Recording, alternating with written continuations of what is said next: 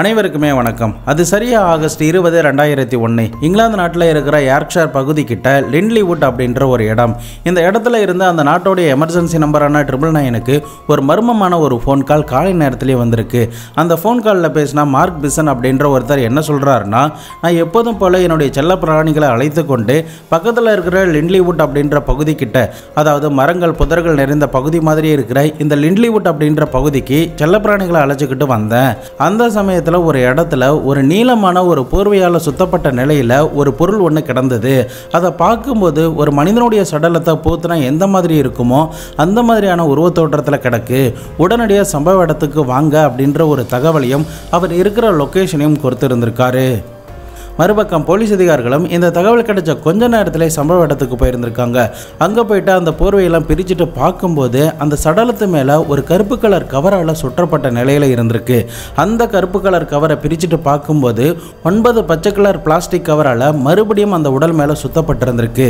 அதை பிரிச்சுட்டு எல்லாத்தையுமே பார்க்கும்போது தான் அதுக்குள்ளே ஒரு பெண்ணுடைய சடலம் இருக்கிறத கவனிக்கிறாங்க. தொடர்ந்து அந்த சடலத்தை தொட்டு பார்க்கும்போது பயங்கரமான ஜில்லுப்பா இருக்குது. மேற்கொண்டு அந்த பெண்ணுடைய கழுத்து, கைகள் அப்படின்னு சொல்லிட்டு எல்லாமே ஒரு எல்லோ கலர் வயரால் கட்டப்பட்டிருந்திருக்கு. அன்னைக்கு அந்த இடத்துல இறந்து கிடந்த பெண் யாராக இருக்கும்? போலீஸ் அதிகாரிகள் இந்த பெண்ணை யாருன்னு ஐடென்டிஃபை பண்ண முடிஞ்சுதா இல்லையா? 2001 இங்கிலாந்து நாட்டில் ரொம்பவே பரபரப்பாக பேசப்பட்ட ஒரு மர்மமான ஒரு திகிலான சம்பவத்தை தான் இன்றைக்கி நம்ம பார்க்க போகிறோம். வீடியோவை எந்த இடத்துலையுமே ஸ்கிப் பண்ணாமல் தொடர்ந்து பாருங்கள். நான் உங்கள் Babushankar and welcome to Babushankar story.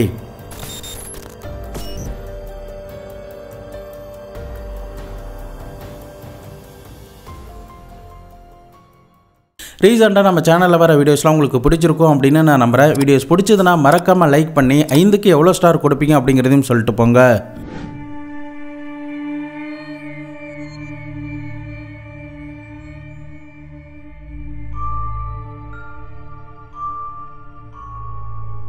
ஆயிரத்தி 1980 சமயங்களில் இங்கிலாந்து நாட்டுடைய தெற்கு பகுதியில் சிட்டி ஆஃப் லீட்ஸ் அப்படின்ற பகுதியில் வாழ்ந்து கொண்டிருந்தவர்கள் தான் மைக்கேல் மற்றும் சரண் அப்படின்ற இந்த தம்பதியினர். இந்த தம்பதியினருக்கு 2 பிள்ளைகள் பிறந்திருக்காங்க. முதலாவதா மிஷேல் அப்படின்ற ஒரு பெண், இரண்டாவதாக தான் செப்டம்பர் 27, 1984 போல லியான் டயர்னான் அப்படின்ற ஒரு பெண்ணும் பிறந்திருக்காங்க.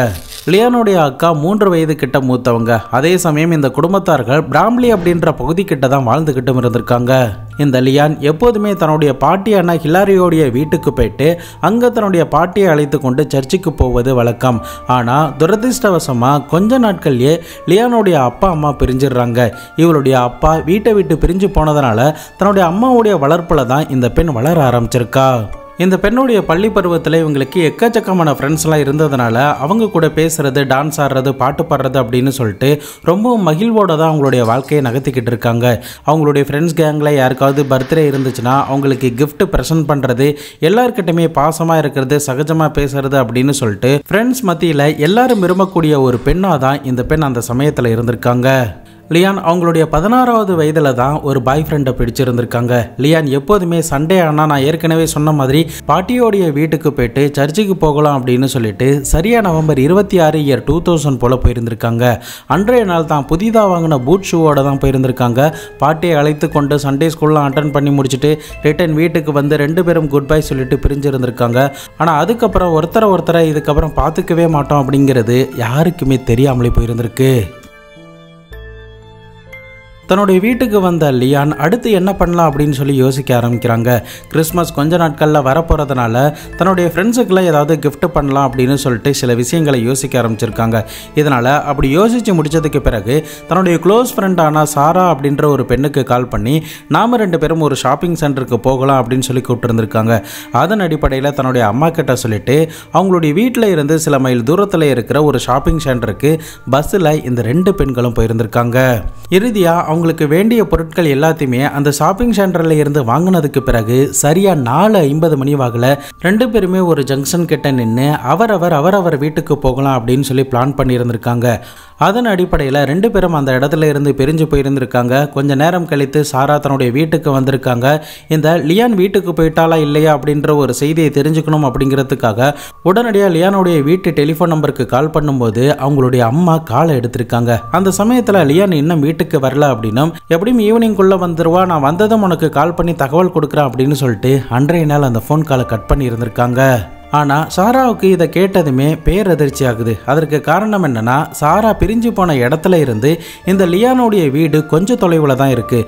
அப்படி இருக்கும் பட்சத்தில் சாரா வீட்டுக்கு வருவதற்கு முன்னாடியே லியான் வீட்டுக்கு போயிருந்திருக்கணும். ஆனால் லியான் அன்றைய நாள் வீட்டுக்கு போகாததுனால இவளுக்கு மேற்கொண்டு பயம் அதிகரிக்க ஆரம்பிக்குது. இதனால் அரை மணி நேரம் கழித்து மறுபடியும் லியானுடைய வீட்டுக்கு கால் பண்ணி பார்க்குறா. அப்பவும் லியான் வரலன்னு தான் சொல்லப்படுது. மறுபடியும் 7 மணி வாக்கில் கால் பண்ணி பார்த்துருந்துருக்கா. அப்பவும் லியான் வரலன்னு தான் சொல்லப்படுது. மறுபக்கம் நேரம் ஆக லியானுடைய அம்மாவுக்கும் பதட்டம் அதிகரிக்க ஆரம்பித்ததுமே உடனடியாக பக்கத்தில் இருக்கிற போலீஸ் ஸ்டேஷனுக்கு தன்னுடைய 16 வயது மகளை காணோம் அப்படின்ற ஒரு தகவலை கொடுத்துருந்துருக்காங்க. இந்த தகவல் இந்த குடும்பத்தார்கள் கிட்ட இருந்து கிடைச்சதுமே இந்த வழக்கை சீரியஸாக எடுத்து விசாரிக்க ஆரம்பிக்கிறாங்க. கிறிஸ்டோபர் ஆடம் அப்படின்ற ஒரு போலீஸ் அதிகாரி அந்த ஏரியாவில் இருக்கிற 1750 பில்டிங், 32 ட்ரைனேஜ் கிணறுகள் அப்படின்னு சொல்லிட்டு பல இடங்களில் தேடி பார்த்துருக்காங்க. இந்த லியான் போனதாக சொல்லப்பட்ட இடங்களுக்கும் தேடி பார்த்துருந்துருக்காங்க.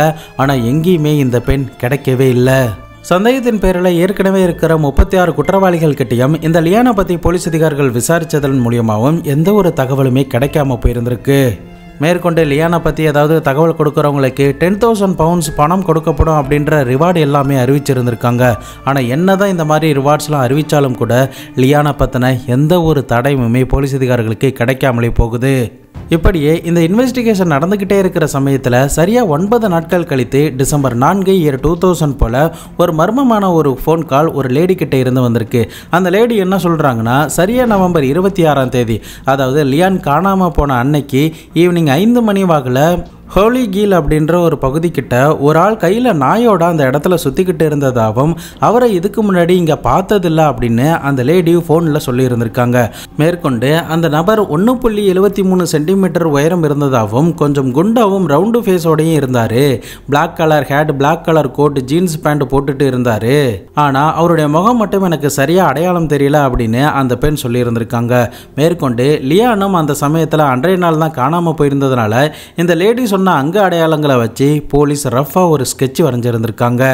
ஆனால் என்னதான் இந்த மாதிரி ஸ்கெட்செலாம் வரைஞ்சிருந்தாலும் கூட போலீஸ் அதிகாரிகளுக்கு எந்த ஒரு தடயமுமே லியானுடைய வழக்கில் கிடைக்காமலே போகுது.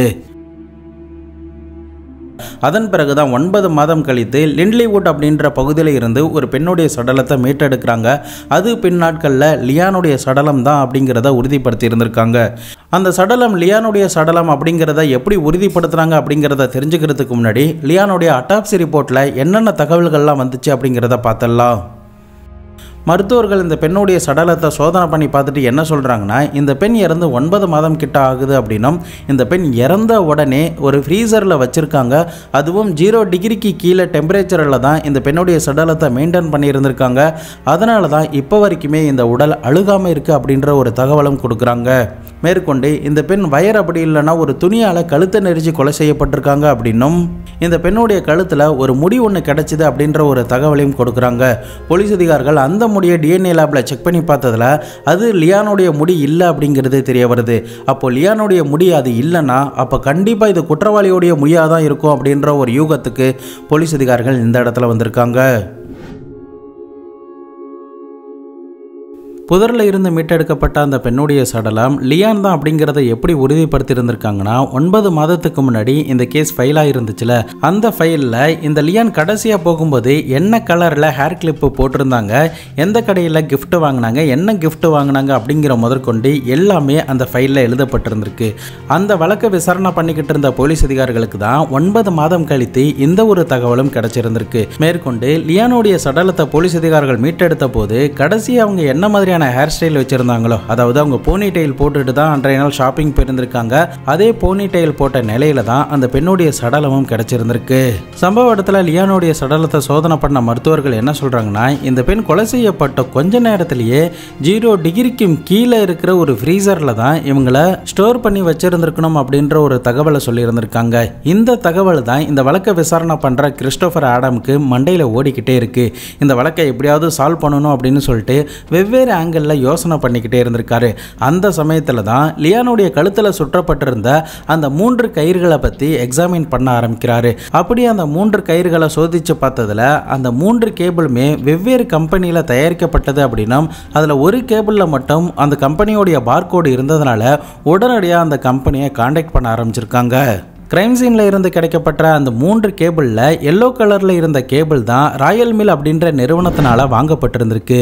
இதனால போலீஸ் அதிகாரிகள் என்ன நினைக்கிறாங்கன்னா, இந்த நிறுவனத்துக்கு கூட சம்பந்தப்பட்ட ஒரு நபர், அப்படி இல்லைன்னா இந்த நிறுவனத்துக்காக டெலிவரி பண்ணக்கூடிய ஒரு நபர் தான் இந்த கயிறை பயன்படுத்தியிருக்கணும் அப்படின்ற ஒரு முடிவுக்கு வராங்க. மேற்கொண்டு அவங்களுக்கு இன்னொரு தடயம் என்ன கிடைக்குதுன்னா, அந்த பெண்ணுடைய சடலத்து மேலே போத்தப்பட்டிருந்த பிளாஸ்டிக் கவருடைய மடிப்புகள் எல்லாமே பார்க்கும்போது ரொம்பவே டிஃப்ரெண்ட்டாக இருந்திருக்கு. அந்த மடிப்புகள் பர்டிகுலராக ஒரு மிஷினில் தான் உருவாக்கப்பட்டிருந்திருக்கணும். அதனால் அந்த மடிப்பு இருக்கிற பிளாஸ்டிக் தாள்களை எந்த நிறுவனம் தயாரிக்குது அப்படிங்கிறத கண்டுபிடிக்க ஆரம்பிக்கிறாங்க. அப்படியே அவங்க தீவிரமாக தேடினதில் இங்கிலாந்து நாட்டுடைய வடகிழக்கு பகுதியில் இருக்கிற ஒரு நிறுவனத்தில் தான் இந்த மாதிரியான மடிப்புகள் கொண்ட ஒரு பிளாஸ்டிக் கவர்லாம் தயாரிக்கப்படுது அப்படிங்கிறத உறுதிப்படுத்தி இருந்திருக்காங்க. அடுத்ததா அந்த கிரைம் சீன்ல இருந்து கிடைச்ச டாக்கோடைய காலரை ரிசர்ச் பண்ண ஆரம்பிக்கிறாங்க. அப்படி ரிசர்ச் பண்ணி பார்த்ததுல நாட்டிங்ஹாம் அப்படின்ற பகுதியில் தான் இது தயாரிக்கப்பட்டிருக்கு அப்படிங்கிறது தெரிய வருது. அந்த மேனுஃபேக்சர் கம்பெனியை விசாரணை பண்ணும்போது இந்த மாதிரி டாக்கோடைய காலர்ஸ் எல்லாமே நாங்கள் 114 ஹோல்சேல் கம்பெனிக்கு சேல் பண்ணுறோம் அப்படின்னும், இதனால யார் இதை வாங்கிட்டு போனோம் அப்படிங்கிறத ஐடென்டிஃபை பண்ணுறதுக்கு ரொம்ப நேரம் எடுக்கும் அப்படின்ற ஒரு தகவலை கொடுக்குறாங்க. மேற்கொண்டு கிரைம் சீன் நடந்த இடத்தை சுற்றி 30 இருந்து 40 பெட் ஷாப் இருக்கிறதுனால அது யாரு அப்படிங்கிற கண்டுபிடிக்கிறதுலையும் போலீஸ் அதிகாரிகளுக்கு மேற்கொண்டு சிரமம் அதிகரிச்சுக்கிட்டே போயிருந்திருக்கு. ஆனா போலீஸ் அதிகாரிகள் இதை அப்படியே விடாம அந்த 114 ஹோல்சேல் கம்பெனிலையும் போயிட்டு விசாரிச்சிருந்திருக்காங்க. அதுல 102 ஹோல்சேல் கம்பெனி ஆன்லைன் மூலமா ஆர்டர் பண்ணியிருக்காங்க அப்படிங்கிறது தெரிய வருது. இதனால மீதம் இருக்கிற அந்த 2 ஹோல்சேல் டீலரை மட்டும் தனித்தனியா போலீஸ் அதிகாரிகள் அவங்கள பத்தி விசாரிக்க ஆரம்பிச்சிருக்காங்க. அப்படி விசாரிச்சதுல ஜான் டெய்லர் அப்படின்ற ஒருத்தன் தான் இந்த பர்டிகுலர் டாக் காலரை ஆர்டர் பண்ணியிருக்கான் அப்படிங்கிறது தெரிய வருது. உடனடியாக போலீஸ் அதிகாரிகள் அவனுடைய வீட்டுக்கு சர்ச் பண்ணணும் அப்படின்னு சொல்லிட்டு ஒரு சர்ச் வாரண்டை வாங்கியிருந்திருக்காங்க. போலீஸ் அதிகாரிகள் ஜான் டெய்லருடைய வீட்டில் சர்ச் வாரண்ட் வாங்கினதுக்கு பிறகு அவங்களுடைய மைண்டில் வந்த ஒரு விஷயம் என்னென்னா, லியான் காணாமல் போன அன்னைக்கு, அதாவது 9 மாதத்துக்கு முன்னாடி லியான் எந்த நாளில் காணாமல் போனாங்களோ அன்றைய நாள் ஈவினிங் வாக்கில் ஒரு பெண் ஒரு மர்மமான மனிதனை பார்த்ததாகவும், அந்த மனிதன் டெரியர் வகையான ஒரு நாய் கூட இந்த இடத்துல சுற்றிக்கிட்டு இருக்கான் அப்படின்ற ஒரு தகவலை போலீஸ் அதிகாரிகளுக்கு கொடுத்தாங்கல்ல. இதனால் இந்த டெரியர் நாய் இவனுடைய வீட்டில் இருக்கா அப்படின்னு சொல்லி போலீஸ் அதிகாரிகள் செக் பண்ணலாம் அப்படின்னு சொல்லிட்டு ஜான் டெய்லருடைய வீட்டுக்கு போயிட்டு செக் பண்ணி இருந்திருக்காங்க. அப்போது அங்கே நிறைய முயல்கள், நிறைய நாய்கள்லாம் இருந்திருக்கு. ஆனால் இந்த டெரியர் வகை நாயை மட்டும் அந்த இடத்துல காணாமல் இருந்திருக்கு. பிறகுதான் போலீஸ் அதிகாரிகளுக்கே தெரிஞ்சிருந்திருக்கு அந்த நாயோடைய தலையை வெட்டி தனித்தனியாக இவன் புதைச்சிருக்கான் அப்படிங்கிற ஒரு விஷயம். தொடர்ந்து அவனுடைய வீட்டை போலீஸ் அதிகாரிகள் செக் பண்ணி பார்த்ததுல கிரைம் சீனில், அதாவது லியானுடைய சடலத்தை மீட்டெடுத்தாங்களே, அந்த சமயத்தில் லியானுடைய உடம்புல எந்த மாதிரியான பிளாஸ்டிக் கவர்ஸ்லாம் இருந்துச்சோ அதே மாதிரியான பிளாஸ்டிக் பேக், அதே மாதிரியான வயர் முதற்கொண்டு எல்லாமே அந்த இடத்துல காணப்பட்டிருந்திருக்கு. மேற்கொண்டு அவனுடைய வீட்டை சோதனை பண்ணி பார்த்ததுல இவன் வளர்த்துக்கிட்டு வர நிறைய நாய்களுக்கும் அதே கம்பெனியில் இருந்து தான் டாக் காலர் வாங்கியிருக்கான் அப்படிங்கிறது தெரிய வருது.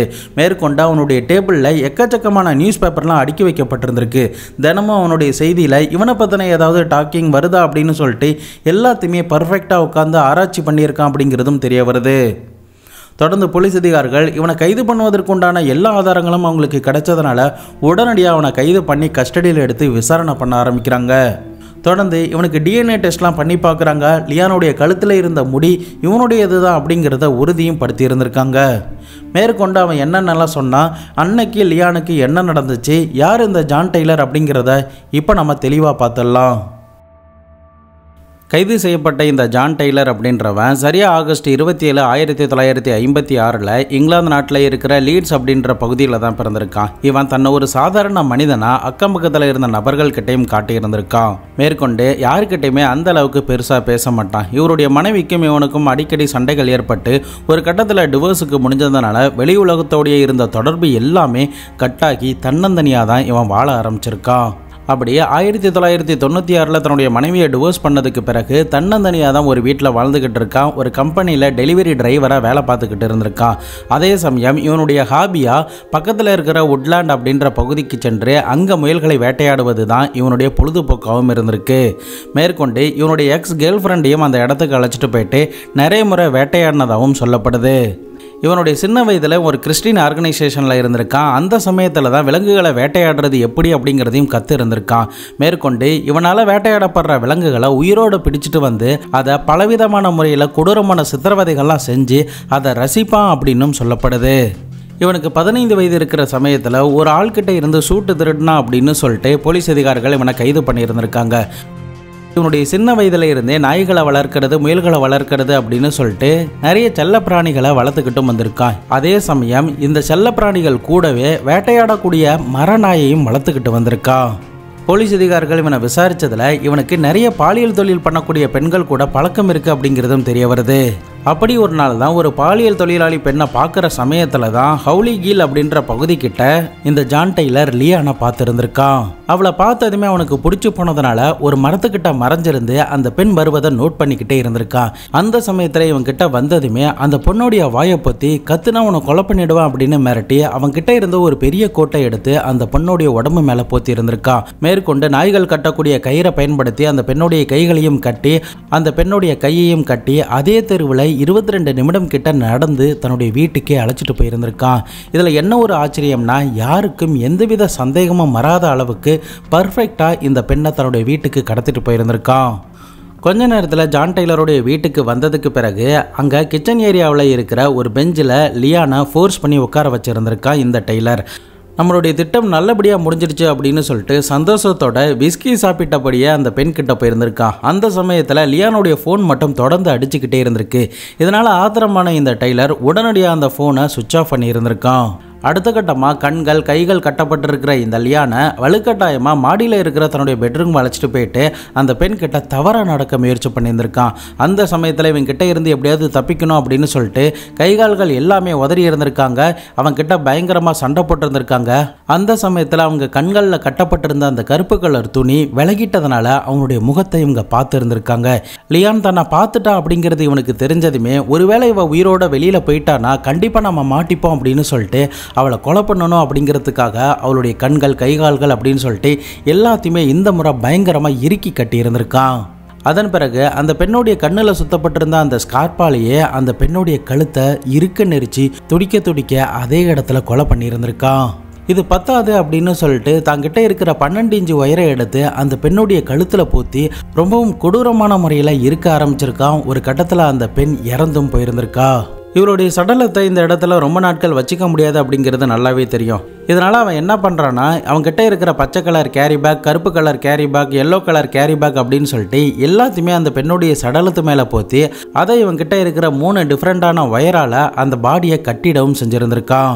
அதன் பிறகு அந்த பெண்ணுடைய சடலத்தை என்ன பண்ணுறதுன்னு தெரியாமல் அவனுடைய வீட்டிலே இருக்கிற பெரிய ஃப்ரீசரில் அதுக்குள்ளே போட்டு 0 டிகிரிக்கு கீழே டெம்பரேச்சரை மெயின்டைன் பண்ணி 9 மாதங்கள் கிட்ட தன்னுடைய வீட்டிலேயே அந்த பெண்ணுடைய சடலத்தை வச்சுருந்திருக்கான். அதன் பிறகுதான் அந்த சடலத்தை ஆகஸ்ட் மாதம் 2001 வாக்கில், அதாவது 9 மாதம் கழித்து அவனுடைய வீட்டில் இருந்து கொஞ்சம் தொலைவிலே இருக்கிற லிண்ட்லி வுட் அப்படின்ற ஒரு புதர் நிறைந்த காடுகள் நிறைந்த பகுதி கிட்ட இந்த பெண்ணுடைய சடலத்தை போட்டு எதுவுமே தெரியாத மாதிரி வீட்டுக்கு வந்திருக்கான். அதன் பிறகுதான் போலீஸ் அதிகாரிகள் அந்த டெக்னிக்கல் எவிடன்ஸ் வச்சு, அதாவது அந்த பெண்ணுடைய உடம்பு மேலே இருந்த கயிறோடைய பார்கோட் மற்றும் டிஎன்ஏ, டாக்கோடைய காலர் அப்படின்னு சொல்லிட்டு இதையெல்லாம் வச்சு இறுதியே இந்த ஜான் டெய்லரை கைது பண்ணிடுறாங்க.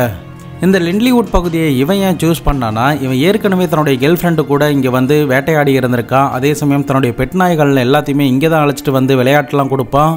இதனால் அவனுக்கு ஒரு பரிச்சயமான இடம் அப்படிங்கிறதுனால எந்தெந்த இடத்துல புதர்கள்லாம் இருக்குது அப்படிங்கிறது இவனுக்கு நல்லாவே தெரிஞ்சதுனால தான் அன்றைய நாள் லியானுடைய சடலத்து மேலே இருந்த எல்லா துணிகள், வயர் அப்படின்னு சொல்லிட்டு எல்லாத்தோடையும் சேர்த்து இந்த புதர் நிறைந்த இடத்துக்கிட்ட போட்டுட்டு போயிருந்திருக்கான்.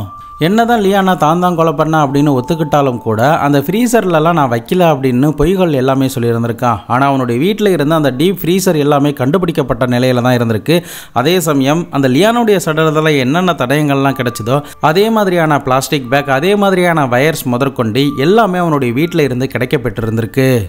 இறுதியாக இவனுக்கு எதிராக இருக்கிற ஆதாரங்கள், சர்க்கம்டன்சல் எவிடன்ஸ் அப்படின்னு சொல்லிட்டு எல்லாத்தையுமே கோர்ட்டில் சார்ஜ் ஷீட்டில் ஃபைல் பண்ணியிருந்திருக்காங்க. நீதிமன்றமும் இறுதியாக ஜூலை மாதம் 2002 வாக்கில் இவன் ஒரு இரக்கமற்ற மனிதன் அப்படின்னு சொல்லி வாழ்நாள் முழுக்க சிறையிலேயே தான் இருக்கணும் அப்படின்ற ஒரு தண்டனையை அறிவிச்சிருந்திருக்காங்க. இது ஒரு பக்கம் இருந்தாலும் மறுபக்கம் இந்த வழக்கை விசாரணை பண்ண கிறிஸ்டோபர் ஆடமுக்கு இந்த வழக்கு மேலேயும் இவன் மேலேயும் இன்னும் சந்தேகம் இருந்துக்கிட்டே இருக்குது. ஏன்னா இவன் இந்த கொலையை ரொம்பவே பர்ஃபெக்டாக பண்ணியிருந்திருக்கான். அப்போது இந்த அளவுக்கு பதட்டமே இல்லாமல் இவன் பண்ணியிருக்கானா, இவன் இதுக்கு முன்னாடி நிறைய பெண்களையும் இதே மாதிரி தான் கொலை பண்ணியிருக்கணும் அப்படின்னு சொல்லிட்டு இதனால் அந்த லிண்ட்லிவுட் பகுதியை சுற்றி ஏதாவது மிஸ்ஸிங் கம்ப்ளைண்ட் ஃபைலாக இருந்ததுன்னா அந்த மிஸ்ஸிங் கம்ப்ளைண்ட்டில் என்னென்ன தடயங்கள்லாம் கிடச்சிது, அந்த வழக்கு முடிக்கப்பட்டதா இல்லையா அப்படிங்கிற முதற்கொண்டு எல்லாத்தையுமே ஆராய ஆரம்பிச்சிருக்காரு. இந்த லியானுடைய சடலம் எங்கே கடந்துச்சோ, அதாவது லிண்ட்லிவுட் அப்படின்ற அந்த காடு பகுதி புதர் நிறைந்த பகுதி கிட்ட கிடந்துச்சுன்னு சொன்னல, அந்த பகுதி கிட்டேயே 1992 ஒரு பெண்ணுடைய சடலத்தை எடுத்திருக்காங்க. 1994 13 வயது நிறைந்த ஒரு சிறுமியுடைய சடலத்தை மீட்டெடுத்திருக்காங்க. 1996 20 வயது நிறைந்த ஒரு பெண்ணுடைய சடலம் எரிக்கப்பட்ட நிலையில இருந்து கண்டுபிடிச்சிருந்திருக்காங்க. ஆனால் இவனுக்கு எதிராக போதுமான ஆதாரங்கள் இந்த வழக்கில் இல்லாததுனால மற்ற வழக்குகளுக்கு இவனுக்கு தண்டனை வாங்கி கொடுக்க முடியாத ஒரு சூழ்நிலையும் இந்த கிறிஸ்டோபருக்கு ஏற்பட ஆரம்பிக்குது. தொடர்ந்து தண்டனை கொடுக்கப்பட்டு சில காலங்கள்லேயே தான் பண்ண குற்றங்கள் எல்லாத்தையுமே இந்த ஜான் டெய்லர் ஒத்துக்கொள்ளவும் செஞ்சிருந்திருக்கான். இவன் 1976 தான் தன்னுடைய முதல் கொலையை பண்ணதாகவும் அதிலிருந்து ஒரு 30 வருடம் கிட்ட தனக்கு பிடித்தமான பெண்களை கடத்தி அவங்கள இந்த மாதிரி சித்திரவதைகள்லாம் பண்ணி பாலியல் ரீதியான துன்பங்கள்லாம் கொடுத்து கொலை பண்ணிட்டு போட்டுருவான் அப்படின்ற ஒரு தகவலையும் அவன் தன்னுடைய வாயாலேயே கொடுத்திருந்திருக்கான். இவனுடைய கொடூரமான புத்தி எந்த அளவுக்கு இருந்துச்சுன்னா 1984 7 வயது சிறுமியை இவன் இதே மாதிரி கொலை பண்ணியிருந்திருக்கான். மேற்கொண்டு 27 வயது நிறைந்த ஒரு பெண்ணை அவங்களுடைய 3 குழந்தைகளுக்கு முன்னாடியே பாலியல் பலாத்காரம் பண்ணி கொலை பண்ணியிருந்திருக்கான். தொடர்ந்து இவன் மேல 14 வழக்குகள் போடப்பட்டு அந்த வழக்குகள் எல்லாத்துலேயுமே இவனுக்கு ஆயுள் தண்டனை தான் கொடுக்கப்பட்டிருந்திருக்கு. தற்போதைக்கு இவன் ஜெயிலில் கம்பி எண்ணிக்கிட்டு தான் இருக்கான். உங்களுக்கு இந்த இடத்துல சந்தேகம் வரலாம், எதனால் 9 மாதம் கழித்து லியானுடைய சடலத்தை அந்த புதர் நிறைந்த இடத்துல இவன் போட்டான் அப்படிங்கிற ஒரு சந்தேகம். அதற்கு காரணம் என்னன்னா, இவனுடைய வீட்டில் இருந்த ஃப்ரீசர் ரொம்ப நாட்கள் -0 டிகிரிக்கு கீழே தான் ரன் ஆகிக்கிட்டே இருந்திருக்கு. ஆனால் அது ஒரு கட்டத்தில் ரிப்பேர் ஆனதுமே ஃப்ரிட்ஜில் இருந்து இந்த பெண்ணுடைய சடலம் வாடை அடிக்க ஆரம்பிச்சிருக்கு. இதனால் எங்கே நம்ம மாட்டிப்போமோ அப்படின்ற ஒரு பயத்தோடைய அந்த பெண்ணுடைய சடலத்தை ஒரு பேக்கிங் மாதிரி பண்ணி இவனுக்கு நல்லா தெரிஞ்சா அந்த லிண்ட்லிவுட் அப்படின்ற பகுதிக்கிட்ட வந்து போட்டுட்டு போயிருந்திருக்கான். இவனை மாதிரியான சைக்கோத்தனம் கொண்ட ஆட்களும் இந்த உலகத்தில் இன்னமும் வாழ்ந்துக்கிட்டு இருக்காங்க அப்படிங்கிறத நீங்களும் தெரிஞ்சுக்கணும் அப்படிங்கிறதுக்காக தான் இந்த ஒரு பதிவு. நீங்கள் இந்த ஜான் டெய்லரை பற்றி என்ன நினைக்கிறீங்க அப்படிங்கிறதையும் இவனை மாதிரியான ஆட்களுக்கு நீங்கள் என்ன தண்டனை கொடுத்துருப்பீங்க அப்படிங்கிறதையும் மறக்காம கமெண்ட் பாக்ஸில் சொல்லுங்கள். இதை பற்றி உங்களுடைய நண்பர்களும் தெரிஞ்சுக்கணும் அப்படின்னு நீங்கள் ஆசைப்பட்டீங்கன்னா அவர்களுக்கும் ஷேர் பண்ணி விடுங்க. நம்ம சேனலுக்காக உருவாக்கப்பட்ட இன்ஸ்டாகிராம், டெலிகிராமில் ஃபாலோ பண்ணாதவங்க ஃபாலோ பண்ணிக்கோங்க, ஜாயின் பண்ணாதவங்க ஜாயின் பண்ணிக்கோங்க. வீடியோ பிடிச்சிருந்ததுன்னா 5க்கு எவ்வளோ ஸ்டார் கொடுப்பீங்க அப்படிங்கிறதையும் கமெண்ட் பாக்ஸில் சொல்லிட்டு போங்க. நாளை மறுநாள் வேறு ஒரு கிரைம் கேஸோட வேறு ஒரு வீடியோவில் உங்களை வந்து சந்திக்கிறேன். அது வரைக்கும் உங்களிடமிருந்து விடைபெறுவது உங்கள் பாபு சங்கர்.